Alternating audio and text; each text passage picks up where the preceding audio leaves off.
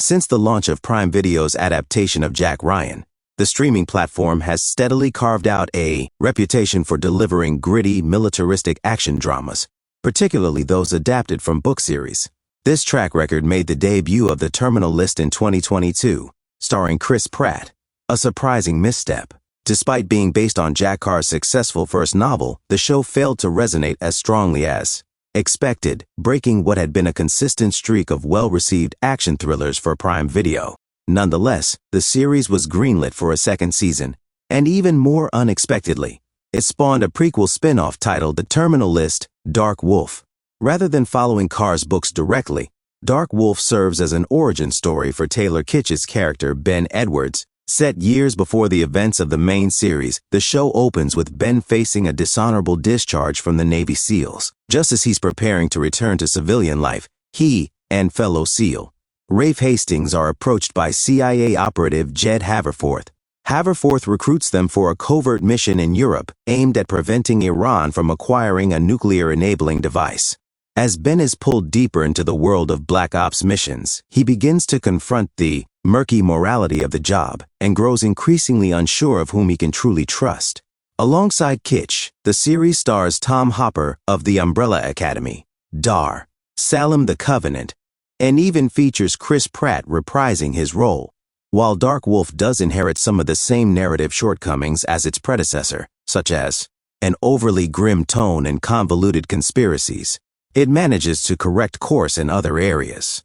Thanks to creators Carr and David DiGilio, the show includes more humor and emotional nuance, along with improved pacing and action choreography. One of the primary goals of Dark Wolf is to flesh out Ben Edwards' backstory, which had only been hinted at in the original series. Season 1 of The Terminal List revealed that Ben was secretly complicit in the conspiracy that led to James Reese's family being killed. Setting the stage for this deeper exploration, Dark Wolf begins by showcasing Ben during his time in Mosul, where he embodies the classic traits of a dedicated soldier, loyal, capable, and deeply bonded to both teammates and locals. Yet beneath the surface, a more dangerous obsession with violence and chaos begins to emerge, and Kitsch conveys this transformation with a subtle but effective performance. Despite the opportunity to explore this character arc, the show occasionally falters. The plot takes a while to establish why Ben's story is essential to the broader Terminal List universe. His transition into covert operations doesn't feel like a significant shift from his military experience, making some developments feel redundant. Meanwhile, supporting characters like Rafe and Mo, who each experience moral breakdowns or PTSD, often seem more emotionally affected than Ben, which undercuts the focus on his descent.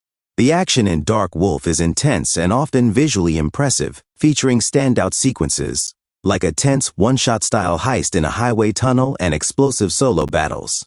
However, the stylized execution can sometimes feel too polished.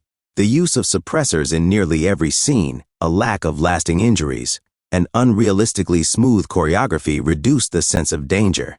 This overly sleek presentation distances the viewer from the gritty reality of war that the show attempts to depict. In terms of performances, Kitsch confidently steps back into the role, diving deeper into Ben's complex psyche and emotional turmoil. Dar Salim is particularly affecting as Mo, who struggles with trauma, lend the show a much-needed emotional weight.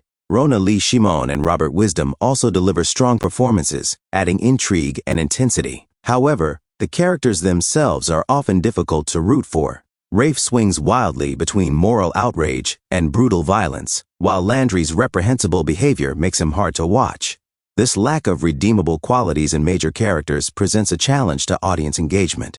Ultimately, while Dark Wolf addresses some of the criticisms aimed at The Terminal List, it still struggles with character likability and a story that occasionally treads familiar ground. Its improvements in storytelling and action make it a better entry in the franchise, but it still falls short of fully justifying its own existence within the larger narrative universe.